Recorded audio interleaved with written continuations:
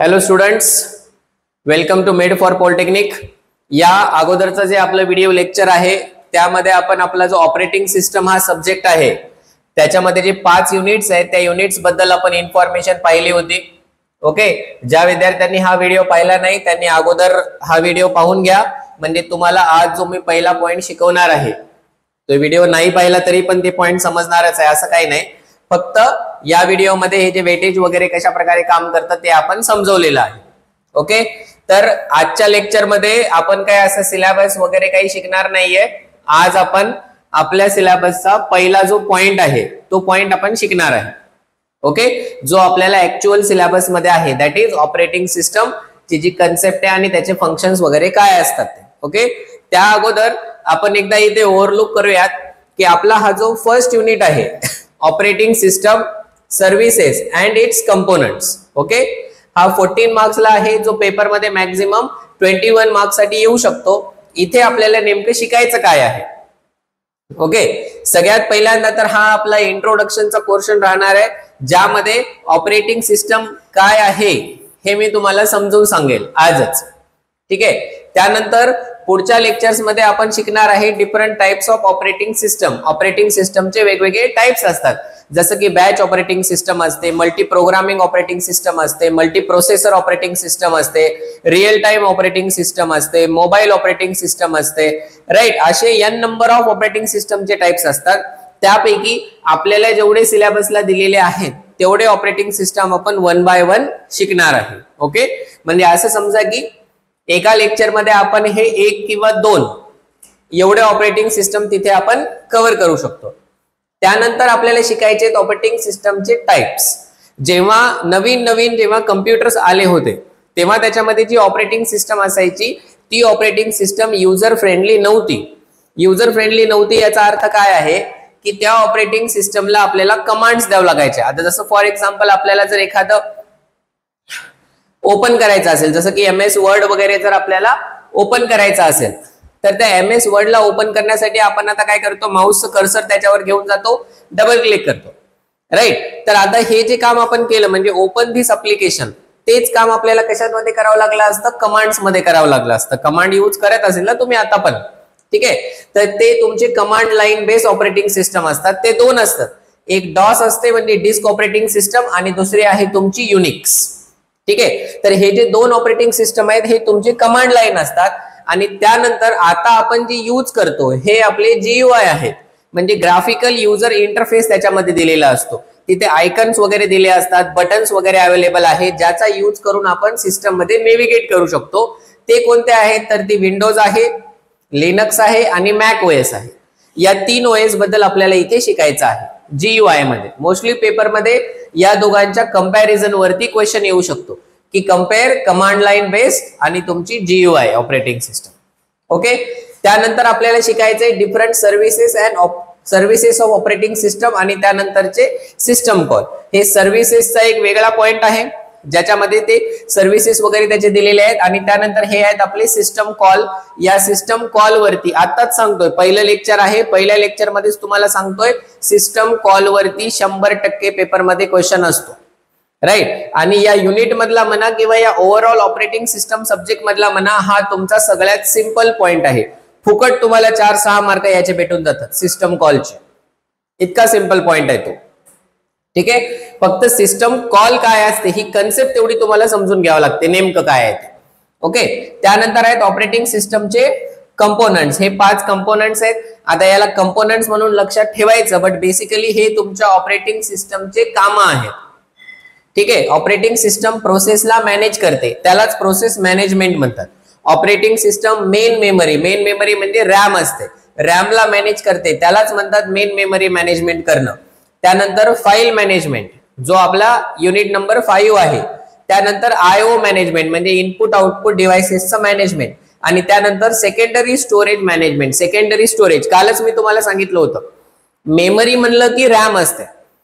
Okay, एका दिवशी तुम्हाला मी ते पूर्ण अशी हायरार्की दाखवतो, मेमरी बद्दल थोडंसं तुम्हाला चांगल्या प्रकारे समजून सांगतो काय काय असतात ते पुढच्या एखाद्या लेक्चर मध्ये। सेकंडरी मेमरी म्हणलं की आपलं स्टोरेज आहे, म्हणजे आपली हार्ड डिस्क वगैरे जी आपल्या मोबाईल मध्ये असते का नाही ते। जसं फॉर एक्झाम्पल आता समजा जर एखाद्याचा मोबाईल आहे 8 GB 128 GB हे असं कॉन्फिगरेशन असतं. तर त्याच्यामध्ये हे जे 8 GB आहे ना, हे 8 GB आपली रॅम मेमरी असते आणि हे जे 128 GB आहे हे आपली रॉम मेमरी असते. ओके, जर तुम्ही फोनच्या सेटिंग्स मध्ये जाऊन पाहिलं तर तुम्हाला फोनच्या सेटिंग्स मध्ये असं रॉम वगैरे लिहिलेलं दिसत नाही, तिथं स्टोरेज असं नाव असतं आणि इथं रॅम वगैरे लिहिलेलं नसतं, इथं मेमरी असं नाव दिलेलं असतं. तर कधीही मेमरी जी आहे ती रिप्रेझेंट करते कोणाला? रॅमला. RAM is our primary memory आणि स्टोरेज जे असते ते स्टोरेज म्हणजे आपली रॉम असते. ओके, साईज जास्त असते बट स्पीड कमी असते. रॅम मध्ये साईज कमी असते बट स्पीड जास्त असते. हे एक 15-20 मिनिटाचा पॉइंट आहे समजा मेमरीचा. बेसिकली हा जो मेमरीचा पॉइंट आहे तो डिजिटल टेक्निक 3rd सेमिस्टरला जो DT सब्जेक्ट आहे ना, त्या सब्जेक्ट मध्ये सगळ्यात शेवटी तुम्हाला हे शिकायला पाहिजे होतं. ठीक आहे, शिकला असेल तर खूपच चांगली गोष्ट, नसेल शिकले तर काही काळजी करू नका, मी तुम्हाला ते समजून सांगतो काय कन्सेप्ट आहे ती.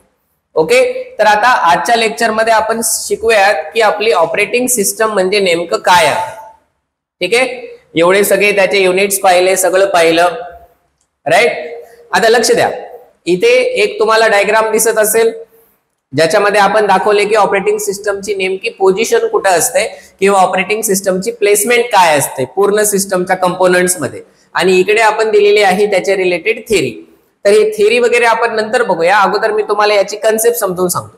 काल आपण काय शिकलं होतं की ऑपरेटिंग सिस्टम काय आहे. ऑपरेटिंग सिस्टम एक ब्रिज सारखं काम करतं, एका मीडिएटर सारखं काम करतं, एका मॅनेजर सारखं काम करतं, जे की मॅनेज करतं, दोन जणांना एकमेकांना कनेक्ट करून देतं. यांचं दोघांचं पण काम ती मॅनेज करते. आता हे दोघं कोण आहेत?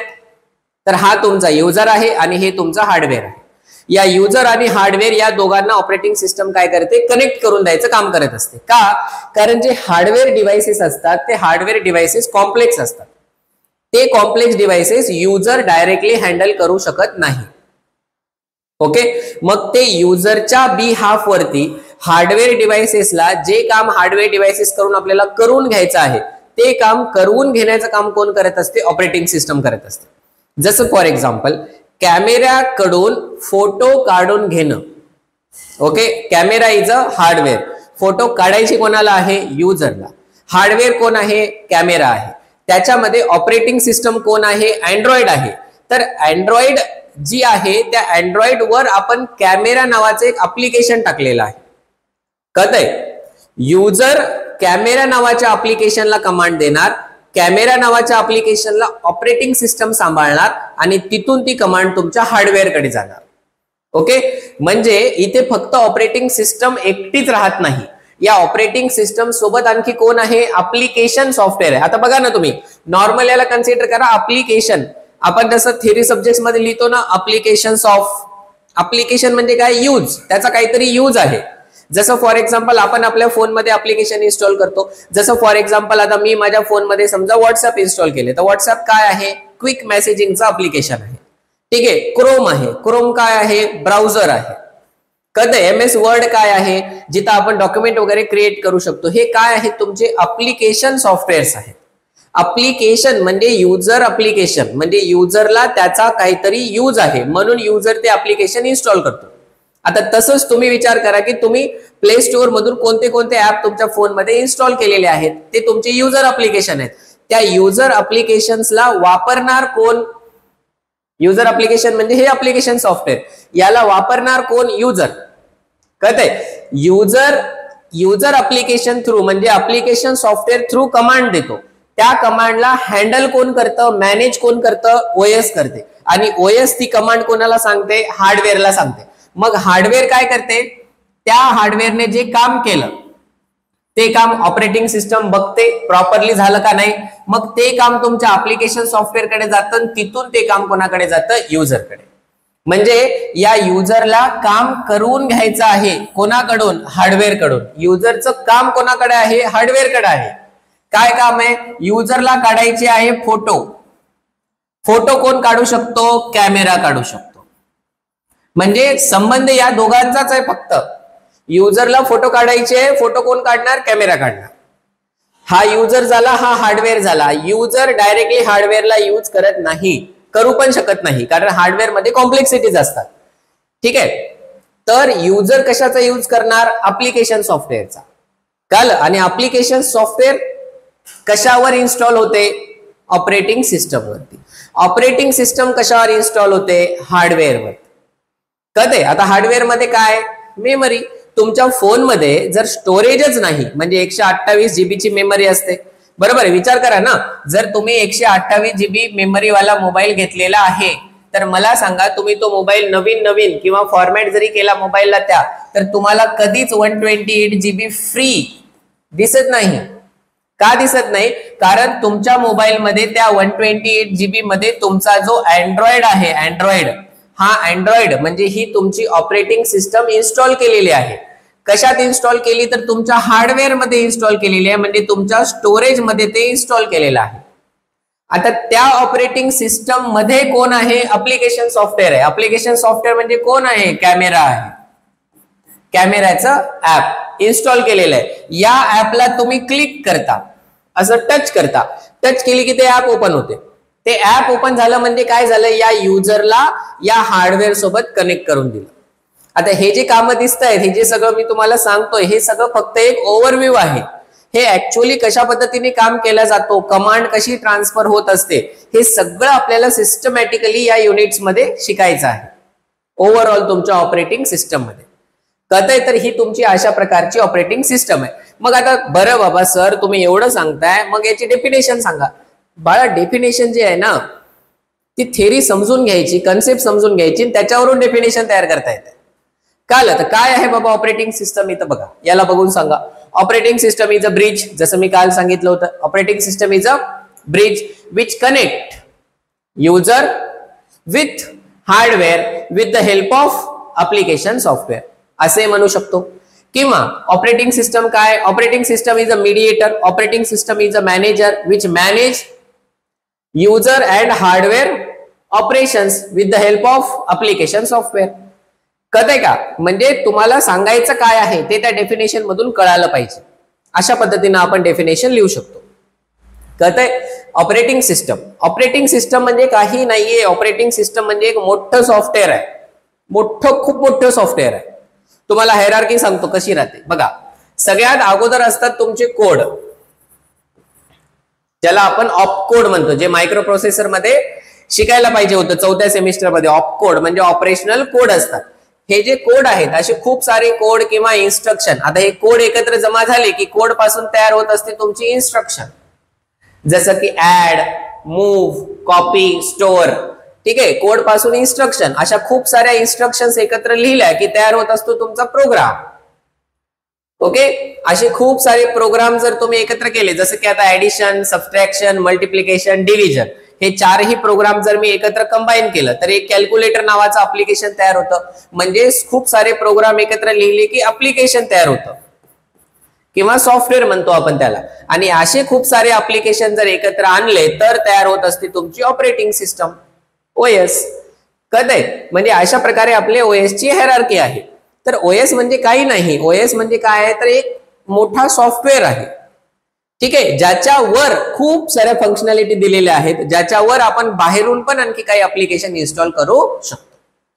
ठीक आहे? This is all about the introduction of your operating system. यालाच आपण ऑपरेटिंग सिस्टमची कन्सेप्ट असं पण म्हणू शकतो. ठीक आहे? आता जी थेरी दिलेली आहे ना, या थेरीचा अर्थ काय तेवढा आपण समजून घेऊ. लक्ष द्या.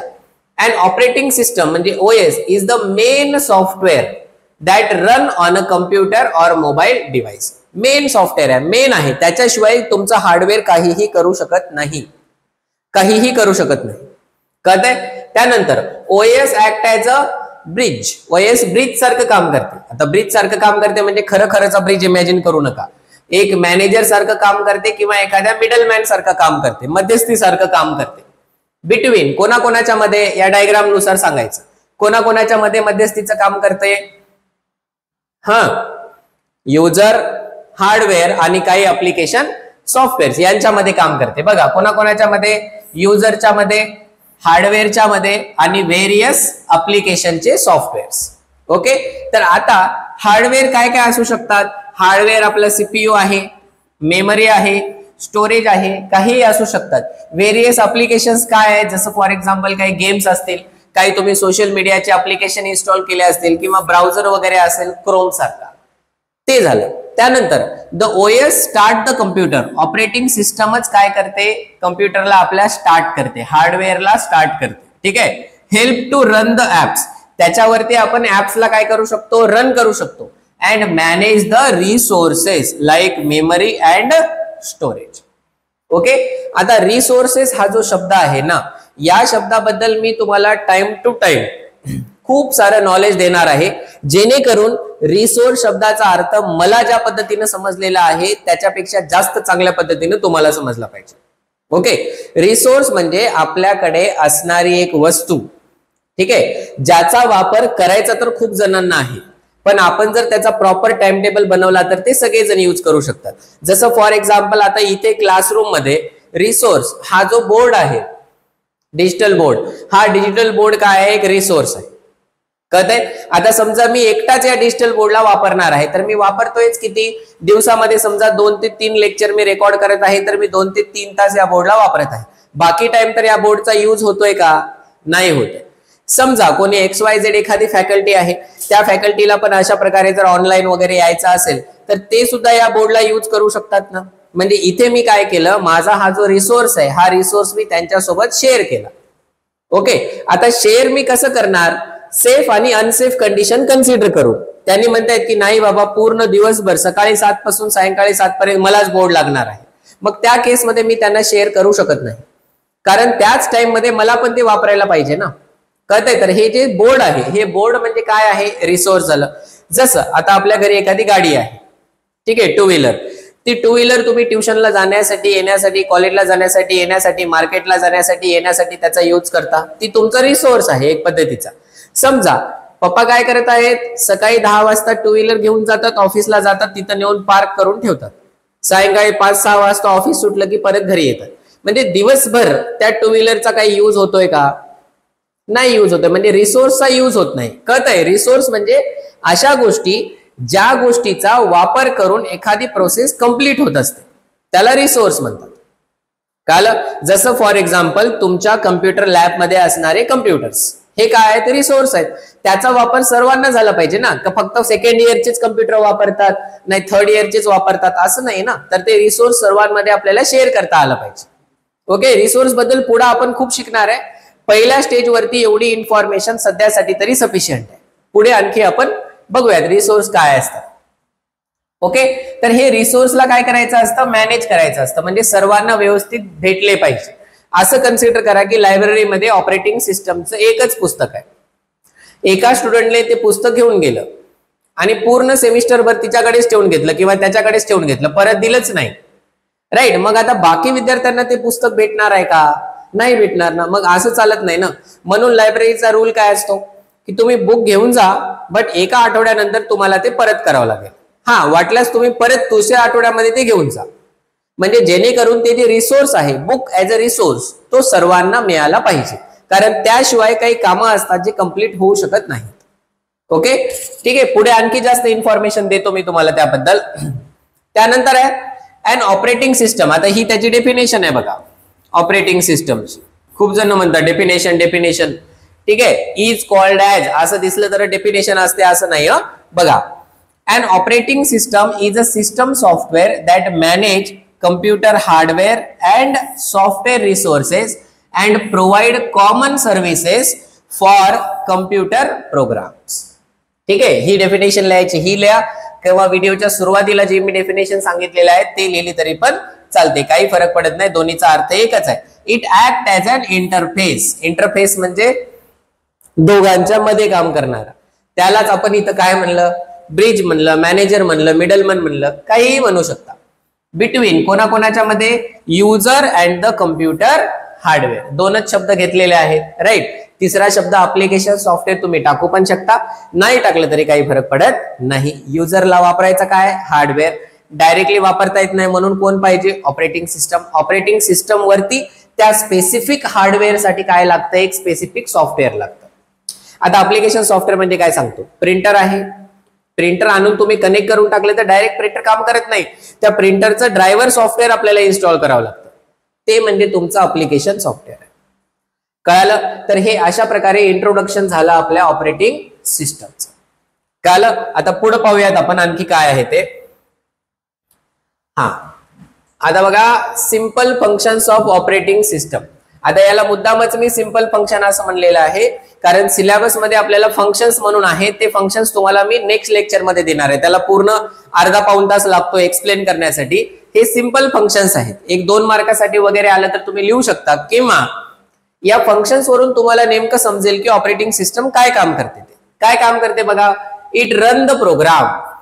प्रोग्राम्सला काय करते, रन करते. आता इथं प्रोग्राम्स म्हणजे काय आहेत, राईट. तुम्ही MS वर्डला डबल क्लिक केलं, MS वर्ड ओपन झाला, प्रोग्राम रन झाला. MS वर्ड मध्ये तुम्ही डॉक्युमेंट टाईप करताय, तुम्ही डॉक्युमेंटला सिलेक्ट करताय, डॉक्युमेंट मध्ये फॉन्टची साईज वाढवताय, कमी करताय, कलर चेंज करताय. हे सगळे काय आहेत, टास्क आहेत. हे टास्क रन झाले पाहिजे. हे रन करायचं पण काम कोण करतं, ऑपरेटिंग सिस्टम करते. त्यानंतर it manage the memory. Manage the memory म्हणजे काय, जसं काल एक्झाम्पल सांगितलं होतं, हॉटेलमध्ये बसण्यासाठी अवेलेबल असणारे जे टेबल्स आहेत ते इनफायनाईट आहेत का, नाही, फायनाईटच आहे. 10 टेबल आहेत समजा. 10 टेबल वरती म्हणजे पर टेबलवर 4 जण जर धरले तर आपण 40 जण तिथे बसू शकतात. बरोबर आहे. आता झालंय काय, तिथं कोणीतरी एकटाच आलाय हॉटेलमध्ये, तो एका खुर्चीवर बसला. नंतर दोघं आले, ते दुसऱ्या टेबलवर जाऊन 2 खुर्चींवरती बसले. नंतर एक फॅमिली आली 4 जणांची, ते 4 जणांनी 4चा टेबल होता तो ऑक्युपाय केला. आता मला सांगा, हॉटेलमध्ये पूर्ण हॉटेलचे सगळे टेबल जरी भरलेले असते तरी दरवेळी 40च जण असतात असं आहे का, नाही ना. काही कामाशिवाय बसलेले पण व्यक्ती असतात तिथे.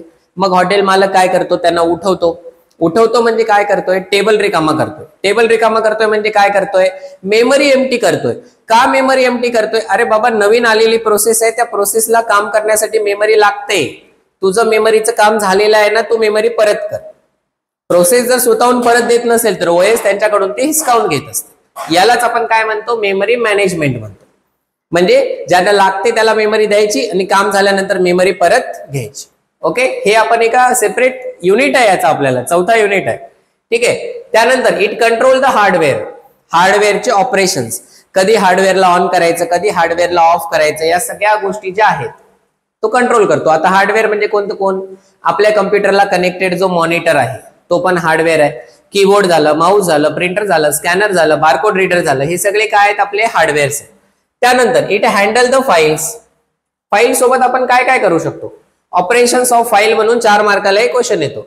त्या फाईलला राईट क्लिक करा, एखाद्या फाईलला तुमच्या लॅपटॉपवर, कम्प्युटर राईट क्लिक करा, ती जी लिस्ट दिसते का नाही, ते सगळे त्या फाईलचे ऑपरेशन्स राहतात.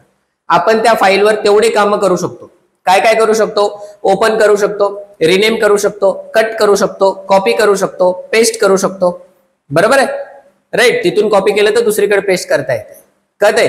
डिटेल्स मध्ये जाऊ शकतो, त्याचे ऍट्रिब्यूट्स पाहू शकतो, राईट. ओपन विथ असेल तर बाय डिफॉल्ट करता येतं, एक्सटेन्शन चेंज करता येतं, राईट. हे सगळे काय आहेत, त्या फाईलचे ऑपरेशन्स आहेत जे आपण त्या फाईलवरती करू शकतो. म्हणजे क्रिएट, न्यू फाईल तयार करू शकतो, डिलीट, फाईलला डिलीट करू शकतो, सेव्ह, त्या फाईलला सेव्ह करू शकतो, कॉपी करू शकतो, कट करू शकतो, खूप काही करू शकतो. ठीक आहे. त्यानंतर इट मॅनेज द युजर्स.